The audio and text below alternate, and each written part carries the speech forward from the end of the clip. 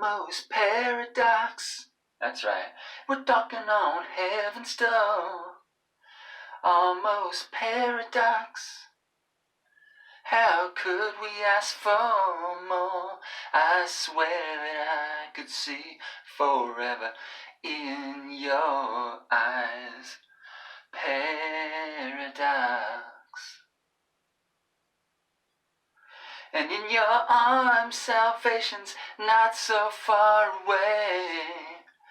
It's getting closer, closer every day. Almost paradox. We're knocking on heaven's door. Almost paradox. How could we ask for more? That's right, baby. We got liftoff. They're here. We got paradox, baby.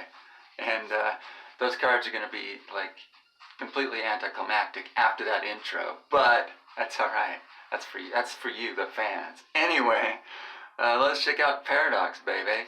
Oh my gosh, they're here. Fetch. All right. The asylum is a dangerous place, full of characters with damage like you've never seen before, and whose power is also pretty awesome. But will you be unpredictable enough for your bonus to be active at the time you need it most? I don't know. Let's see. The Paradox are introducing two new conditions: symmetry that activates if the opposing card is directly opposite the card played, and asymmetry that activates if the opposing card is not opposite the card played. Okay, interesting. So they have a little diagram here. Let's see.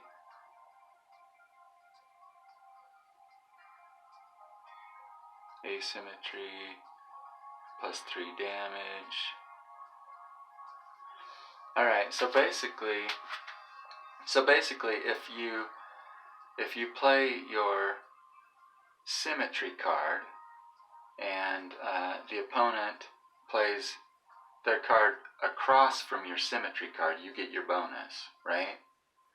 And asymmetry means it's not the card across from you. So it seems like asymmetry would be much easier to get. You can get that like 3 out of 4 times. But symmetry is going to be difficult to match up. Unless, of course, you go second, right? So hopefully there's not a symmetry courage ability. Anyway, we'll see.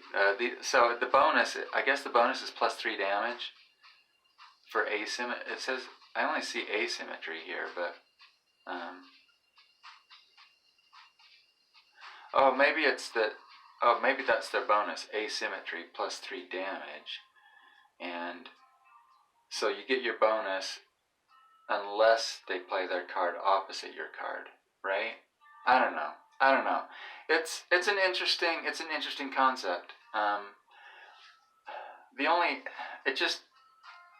thing is, every time they introduce a new mechanic, it just kind of muddies the waters a little bit. It's like, now we have to keep all this other stuff in mind. It's just like, it can get a little, I don't know. I like new concepts, but at the same time, they really complicate the game quite a bit. But then again, I mean, I kind of thought that about Ghost Town, and there, you know, that wasn't that big a deal, really. You know what I mean? But we'll see. We'll see what this does. Interesting. So where are the frigging new bloods, baby? I want my new bloods. Do we have new bloods? Let's see here. So let's see, we're on the website now. So let's go to the shop. I'm pretty sure we have new bloods, right? Let's see. Oh, by the way, they redid the packs lately, so that with new art, that's kind of cool, I guess. So new bloods have the K art. Okay, yeah, we have Anagone or Anagone. I don't know. Elios, Doela, Galahad. Okay, so they're here. They're in the pack, but where do we look at them? That's weird. I guess we gotta go. Let's go to iClints really quickly. They should be on iClints, right? Yeah, there they are. Sweet. All right, let's check these bad boys out. So, All right, so first of all, we have Anagone, or Anagone, or Anagone. I don't know how to pronounce this name at all. But anyway, he is a big old 7/7, uncommon. Come on, baby. Show me what you got. There we are. Okay. So first turn, first level, second level. He gets his ability at level 5, and there we go. So symmetry. So he has his ability is symmetry -3 opponent power -2, which is friggin' very nice. Very nice power manipulation. And then, of course, he has the asymmetry bonus of damage +3. So this reminds me kind of when frozen cards have like a confidence bonus, when they have a confidence bonus, it's like you can either use or a confidence ability. Sorry, so like when a frozen card has a confidence ability, you can either use their bonus on revenge turns, or you can use their confidence ability on confidence turns, but you can never use both together. So that's kind of what this reminds me of. Unless you have Memento, huh? I never thought of using Frozen with Memento. Interesting. But anyway, so it's kind of like that, or it's kind of like the Dominion cards that have like their bonus is obviously good later in the game, but they have like an early game ability. So it's like, do you want to use the early game ability with a weak bonus, or do you want to use a strong bonus without the early game ability? You know what I mean? That's kind of what this reminds me of. So basically, he's going to be a big old 7/9 most of the time, but if you happen to get his symmetry ability going on, then he's going to be like basically a 10/7, right? A virtual 10/7. So that's pretty cool. So when he has his symmetry ability, he's a 10/7. I mean, he drags the opponent down by 3, which makes him a virtual 10/7. And then when he's got his asymmetry going, he's a big 7/9. So that's kind of cool. Keep in mind too that like the 5 stars, generally like the first 4 cards of these clans, of a new clan, are usually, especially the 5 star, they're usually kind of like middle of the road, bottom of the barrel kind of. The 5 stars especially generally get replaced at some point by better cards. So Anagone here is Anagone. He's probably expect him to be replaced at some point. I mean, Kamboka's still using Batul, and she was like their first 5 star, right? So you never know. I mean, mostly because like all the 5 stars that came after Batul got banned. But anyway, so you never know. Anagone might be around for the long haul. We'll see. But he's an uncommon here. So then we got Elios. Come on, there we go. Elios. Ooh, he looks badass. I like that. He's got the friggin' Greco-Roman thing going on here. So he's the 4 star of the bunch, and there we go. All right. So Elios. So he's an insane asylum patient. I guess maybe all these guys are insane asylum patients, and they kind of like are dreaming up their identities or something. So Elios, he's got okay, that's interesting. He's got I don't know what those are called. And then it turns into a chariot, and then he's like badass chariot dude. Okay, cool. So he gets his ability at level 4 as well. No semi-evos so far. And Elios is also an uncommon. 4 star, 7/5, pretty standard stats for a 4.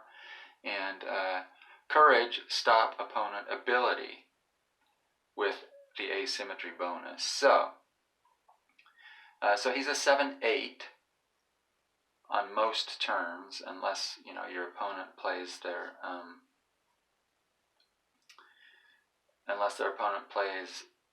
a symmetry card against him, right?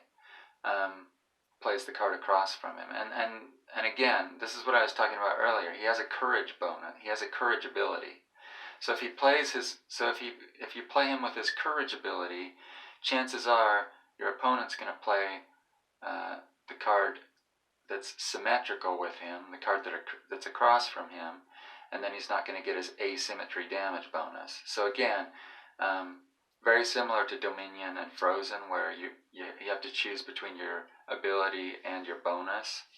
But yeah, so if he does get asymmetry, then he's a friggin' 7/8, which is nice, dang nice for a 4-star. I like it. But of course, he doesn't have anything helping him out. He's just got that straight 7 power. So you're gonna have to choose kind of when you want to get these guys through. You know what I mean? Get that damage in, or do you want to use an ability? So I guess if Elios is across from like a card with a really powerful ability, then your courage stop ability is going to be useful there.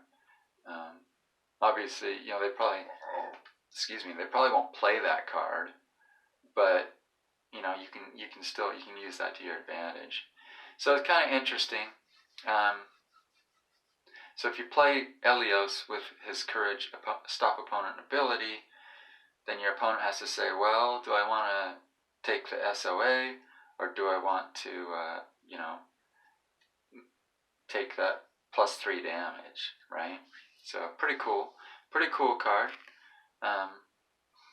Again, I imagine that card will probably get replaced at some point by better 4-stars that come along, but we'll see. Alright, so now we got Doela. She's the rare of the bunch. She's the 3-star. So, Exolande. Let's check this out. Friggin' Doela. Doela DeVille, you know what I'm saying? Come on. Man, I hate the load times on this site. No offense, iCleanse, but that's just some feedback for you. So she gets her ability at 3 stars. No semi-evos still. I guess they don't really need semi-evos when they only have 4 cards, right? But she's an 8/3 with symmetry -3 opponent damage -0. Okay, and then of course she has the asymmetry damage +3 bonus. So again, you have to decide. Do you want the DR? Do you want the damage? So she's an 8/6 3-star with her bonus, right? With her asymmetry bonus, or she's a -3 opponent damage -0. She matches up with that 1 card, right? So I guess obviously if maybe she has like a really big damager across from her, then her ability might be useful. But I don't know though. I mean, you have to time it right as well. You know what I mean? It's like if you go first, then maybe they're gonna not play that card that's across from her, right? So I mean, this is how it goes. But I mean, you can use all that stuff to your advantage as well, right? You can say, well, it's probably not going to play that card, but anyway, pretty cool. So she can be an 8/6, or she can be a nice DR card on that single card across from her. So that's pretty cool. She's the DR of the bunch. But yeah, I don't know. Like an ability like that where she has DR and Elios as well with his SOA, like it only works on that 1 card that's across from them. You know what I mean? So it's like you have 1 shot to use that ability, and if you don't, then I don't know though. I kind of like Doela as an 8/6 though. I mean, that's pretty sweet for 3 stars. That's pretty nice. so far I think she's the best of the bunch because of that 8 power. The other two have 7 power, and so like if they don't get their symmetry going, it's just straight 7 power, you know what I mean? And that could be difficult to get those cards through. So anyway, last but certainly not least, actually, yeah, probably least, it's friggin' Galahad here. He's a 2-star, 6/2, with a straight attack plus 10. So that's pretty cool. So Galahad's the only one of these cards that doesn't have like a variable ability, basically. He's always going to have his attack plus 10, which is nice. And with his symmetry, with his asymmetry, with his bonus, he's a 6/5 for a 2-star. That's pretty sick. I like that quite a bit. So obviously this card, he's there to, because obviously on your other 3 cards, they're going to be trying to dodge those cards. And so when they do, you can have Galahad here, who will get his asymmetry bonus, right? And be a 6/5 with attack plus 10. Not bad at all. So that's his deal. He helps out the other cards basically. So Galahad's one that you will probably, you'll probably want to use on. You obviously want to use him on turns when he has asymmetry, right? So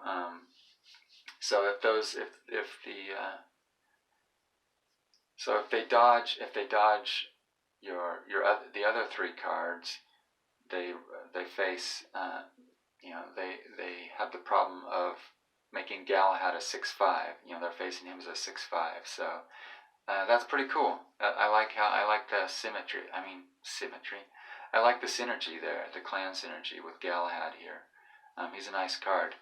And they're going to need more cards like Galahad in order to, get what they need. You know what I'm saying?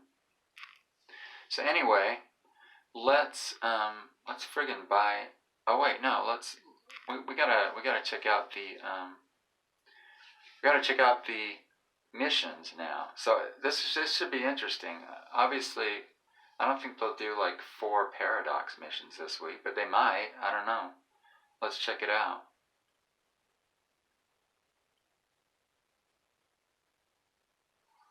So, where are you, missions? There they are. Doink. Alright.